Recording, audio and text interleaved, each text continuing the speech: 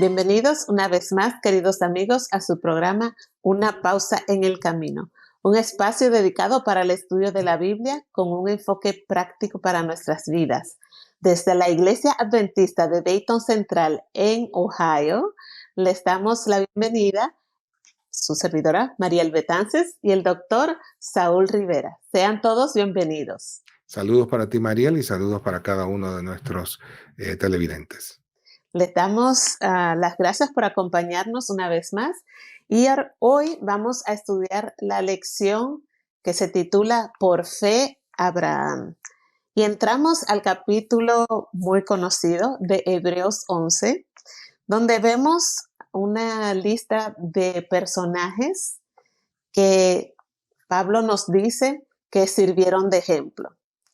Y a mí me parece interesante que esta lista pudiera ser enumerada de una manera diferente. Porque si hubiera sido un noticiero actual, dijera, el asesino Moisés, con todo y eso, Dios le perdonó y lo hizo tal cosa. El mentiroso Abraham, Dios lo perdonó y llegó a ser perdonado y llegó a esta otra cosa. Pero Pablo fue, en la mayoría de la lista, bastante benevolente, ¿no? Sí. Pero con todo es una lista que nos da esperanza a nosotros de que nosotros los que en algún momento hemos mentido, hemos perseguido o hemos hecho alguna otra cosa, dice, bueno, si el Señor hizo eso con Abraham, lo puede hacer conmigo también. Sí, inclusive con Noé, que sabemos que aún después de ver el poder y la manifestación del poder de Dios, decidió emborracharse. Sí, Y eso no es un proceso de un día para otro, ¿no? Cuando dice que plantó una viña, tuvo que esperar a que creciera, tuvo que cosechar las uvas, dejar que el vino se fermentara. O sea, esto fue, si hubo algo que fue premeditado, fue la borrachera de Noé. Pero bueno, bueno, hay esperanza para todos. hay esperanza para todos, aún para aquellos que hemos cometido errores en esta vida. Vamos a leer en Hebreos capítulo 11, versículos del 17 al 19, un poco acerca de el ejemplo de Abraham. Voy a leer el versículo 17. Por la fe, Abraham, cuando fue probado, ofreció a Isaac, y el que había recibido las promesas ofrecía su unigénito, Habiéndosele dicho, en Isaac te será llamada descendencia. pensando que Dios es poderoso para levantar aún de entre los muertos, de donde, en sentido figurado, también le volvió a recibir. ¿Qué nos está diciendo aquí Pablo acerca de la fe de Abraham? Bueno, cuando estudiamos el caso de Abraham en el Antiguo Testamento, en el capítulo 22 de Génesis, que menciona esto del sacrificio de Isaac, parece que Dios se contradijese, ¿no? Porque Dios había dicho que la descendencia de Abraham iba a ser a través de Isaac. Sin embargo, ahora le está diciendo que debe sacrificarlo, que debe darlo en holocausto, desprenderse de él. Y es interesante que el autor de Hebreos dice que de alguna manera Abraham parece haber figurado que si él sacrificaba a Isaac, Dios lo iba a resucitar, lo cual el autor de la lección dice es interesante porque para esa fecha no había habido ninguna resurrección.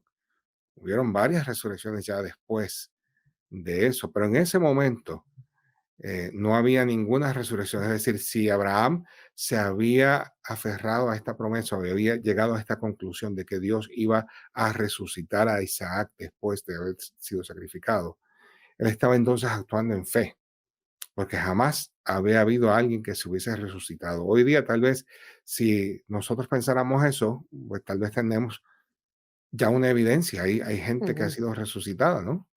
Pero Abraham no tenía ninguna evidencia. Es decir, él actuó fielmente siguiendo la voluntad de Dios, aun cuando no había eh, una prueba fehaciente de alguna manera Isaac iba a ser levantado, resucitado, etcétera. Obviamente todos sabemos al final de la historia cómo el ángel detiene en el último momento la mano de Abraham, pero Abraham estaba decidido y actuando en fe. Y eso hablábamos ayer, ¿no? La fe y la fidelidad, que van tomadas de la mano, son dos caras de una misma moneda.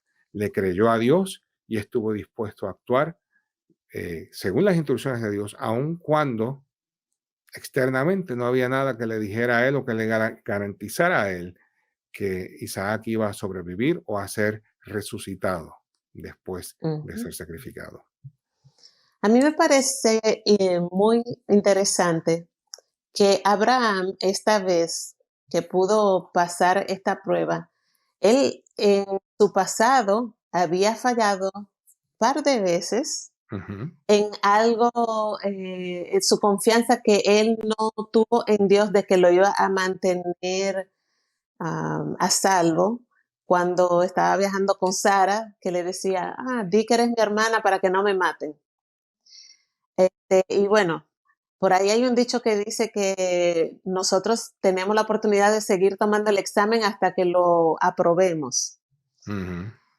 Y Abraham, en esta ocasión, una prueba mucho más fuerte que no era dar, en inglés, give up, como se ve, Rendirse. rendir a ese hijo de la promesa que habían esperado por 20 y pico de años. ¿Cómo es que nosotros podemos aprender a confiar en lo que ya Dios hizo, como hizo Abraham? Es interesante lo que estás diciendo, Mariel, porque sí, las dos ocasiones en las que el propio Abraham le pide a Sara que mienta, diciendo que era su hermana en vez de su esposa. Luego toma a Agar como sustituta de Sara, habiéndole Dios ya dicho, no es con nadie, es con Sara y vas a tener un hijo. Y sí, eh, de hecho, la Biblia dice que estaba casi muerto de tan viejito que estaba, ¿no? No estoy, Los dos. lo dice Hebreos, al final de Hebreos 11. Pero el asunto es que a pesar de que falló en varias ocasiones, él al final llegó al punto. Y es la manera más segura es obedecerle a Dios, creerle a Dios. Y las otras pruebas, pues sí, flaqueó, pero ahora él llega a ser conocido como el padre de la fe, porque llegó a pasar una prueba que muchos de nosotros tal vez no pasaríamos. Él llegó a confiar plenamente en el poder de Dios. Y ahí entonces nos hace a nosotros pensar, ¿cómo vemos a Dios en nuestra historia pasada?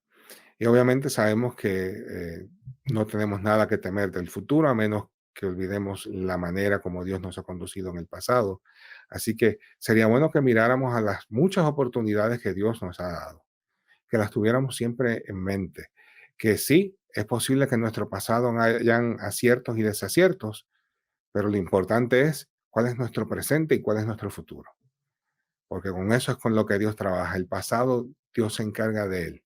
Es el presente nuestro. ¿Qué estoy haciendo yo hoy? ¿Cómo está mi vida hoy con Cristo? Y qué decisión continuaré tomando yo cada día en un eterno presente hasta el día en que Jesús venga por segunda vez. Amén. Así que tremenda oportunidad que tenemos de confiar en un Dios fiel que nunca falla, aunque nosotros fallemos. Y qué gran regalo que Dios nos da de que Él nos da esa gracia de perdonar nuestros errores y darnos oportunidades renovadas cada día de nosotros crecer en su amor, ¿no? Amén. Así que, queridos amigos, les invitamos a que nos acompañen mañana para seguir estudiando este tema tan interesante y práctico para que nosotros podamos usarlos cada día.